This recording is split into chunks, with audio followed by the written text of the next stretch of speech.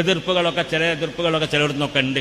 അതൊന്നും സാരമില്ല, അതൊക്കെ പോകും സമ്മേളനത്തോടുകൂടെ. അതൊക്കെ എല്ലാ അഴുക്കുകളും ചേറുകളും നീങ്ങിക്കൊണ്ട് നമ്മുടെ മേഖല, ഈ പ്രവർത്തനത്തിൽ മേഖല ശുദ്ധീകരിക്കാൻ സാധിക്കും.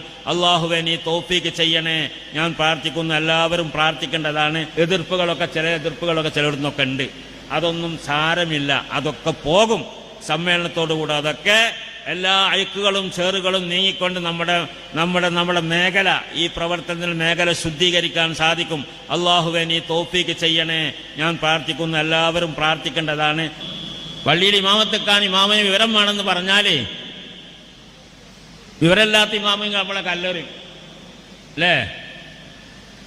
കാവ്യാം വിവരം വേണമെന്ന് പറഞ്ഞാൽ വിവരമില്ലാത്ത ഏടെങ്കിലും കാവ്യമാരുണ്ടെങ്കിൽ അവരെന്താക്കും, നമ്മളെ കല്ലെറിയും. ഇതൊക്കെ നടക്കുന്നതാണ്. അപ്പോൾ അവിടെ സബൂർ വേണം. ഇതൊക്കെ ഉണ്ടായിട്ട് ഞാനൊന്നുമില്ല, ഞാൻ നിർത്തിയൊക്കെയാണ് എന്ന് പറഞ്ഞ് മൂലയിരുന്നാൽ മതി. പറ്റൂല. മരണം വരെ അതിനു വേണ്ടി പൊരുതി നടക്കണം. ഏതായാലും മരിക്കും. അപ്പം നല്ലവർക്ക് മരിക്കാൻ നല്ല ഏതാ, ഏറും കുത്തുമൊക്കെ കിട്ടിയിട്ട് മരിക്കൽ തന്നെയാണ്. അപ്പം അതുകൊണ്ട് നമ്മുടെ ബാധ്യതകൾ നമ്മൾ ചെയ്യണം. ഇപ്പം ഈ സൂറത്തിലെല്ലാം അടങ്ങിയില്ലേ, ഇനി വേറെ ഖുർആൻ വേണ്ട ഇല്ലല്ലോ. ഇത് തന്നെയാണ് എല്ലാ ഖുർആനിലെല്ലാം പറയുന്നത് തന്നെയാണ്. ഈ 4 സംഗതി തന്നെയാണ്. മനുഷ്യൻ നന്നാവേണ്ട, സ്വയം നന്നാവണം, അവൻ്റെ ഉള്ളും പുറവും നന്നാവണം, പിന്നെ മറ്റുള്ളവരെ നന്നാക്കണം. ആ മേഖലയിൽ സബൂർ ചെയ്തുകൊണ്ട് മുന്നോട്ട് പോകണം, നിർത്തിവെക്കരുത്. ഇതാണ് ഈ ഒരു സംഗതി നിങ്ങൾ മനസ്സിലാക്കണം. നിങ്ങൾ അടിസ്ഥാനപരമായിട്ട് ചെറുപ്പത്തിലെ നിങ്ങളിത് മനസ്സിലാക്കിയാൽ നിങ്ങൾക്കൊരു ധൈര്യം കിട്ടും, ഒരു ഈമാൻ കിട്ടും. അതാണ് ഞാൻ പറയുന്നത്.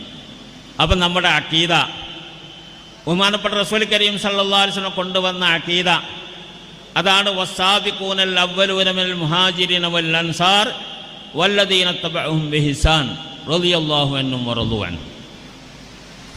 നബിൻ്റെ കൂടെ ജീവിച്ചവരാരാ? അവരെന്താ പറയാ? സഹാബത്ത് എന്ന് പറയാം.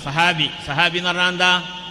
കൂടെ ജീവിച്ച ആൾ, നബിൻ്റെ കൂടെ, നബിനെ കാണുകയും നബിനോട് കൂടെ ജീവിക്കുകയും ചെയ്ത ആൾക്കാണെന്ത് പറയാ? ജീവിതത്തിൽ ഒരു വട്ടെങ്കിലും കാണുക എന്നൊക്കെ നമ്മൾ പറയാം.